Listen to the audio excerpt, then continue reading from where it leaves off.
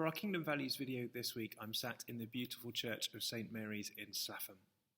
Whenever people come to this church for the first time, maybe they're visiting the area or they're here for a wedding or a funeral or for a Sunday service for the first time, people often comment on how beautiful this building is, on how well it's been restored, on how flexible a space it is.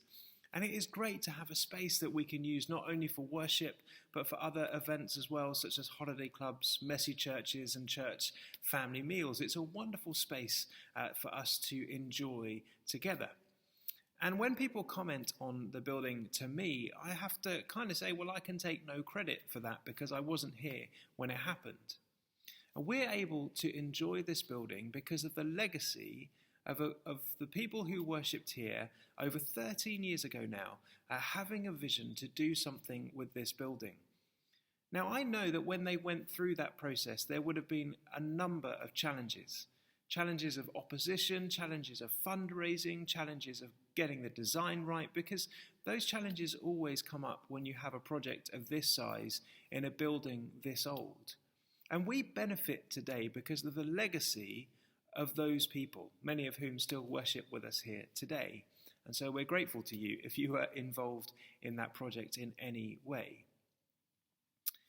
But the legacy of this church goes back far further than that. We know that this church is hundreds of years old, possibly even nearly 1,000 years old.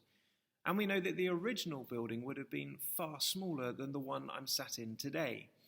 And over the centuries, different people who worshipped here would have seen a need to grow and develop this church and would have added bits here and added bits there to make it the worship space that it is today. And we're grateful for their legacy. All Saints Church in Handcross also is a gift of legacy to us as a community. It was built out of St Mary's in Slapham in the late 1800s as a missional hall. It was designed to serve the community of Handcross, and particular children and families, and also the workers of the local estates. Later, it was consecrated as a church, and we today enjoy it as a church and enjoy the facility that's been provided to us by a legacy left by generations before us. Now, I am sure that the people who built that building hundreds of years ago couldn't have imagined that it would be used the way it's being used today. They probably didn't imagine that during the war it would be used as a place of refuge for people evacuating out of London. They probably wouldn't have imagined that it would be used as a food bank to bless the local community, those most in need, as it's being used today, as well as for toddler groups and many other things besides.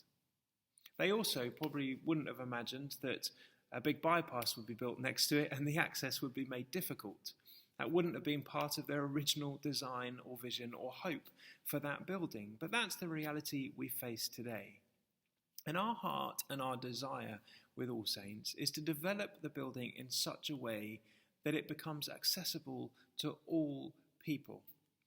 For those who are in need of a place of refuge and safety and security, which is what our heart is for All Saints to be, we want to make sure that all can come, that all are welcomed.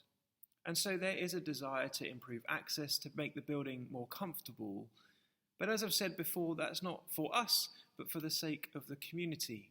We want that building to continue to be a blessing for generations to come. As other people in generations after us seek to build the kingdom of God in Handcross, we want to ensure that there is a building facility that enables and enhances that mission for those generations to come. We want to ensure that the only thing that stops the kingdom being built in Handcross through the building of All Saints is the return of Jesus. So we want to build a building that will last until that day. And so we're wanting to leave behind us a legacy. So as we're considering giving towards that building, I want you to think of it in those terms. Do you want to be part of leaving a legacy behind us? Not only that we will benefit from now and the community will benefit from now, but that generations to come will as well. And we've said as well that we want it to be a building that blesses others before it blesses us. As a church, realistically, we won't benefit greatly from this building. We will be able to use it for different things. But the reality is, its heart is for the community of people in Handcross who at the moment maybe don't know Jesus, maybe don't worship in a church, but All Saints can be a place where they can come and encounter people who know and love Jesus, and hopefully encounter Jesus himself.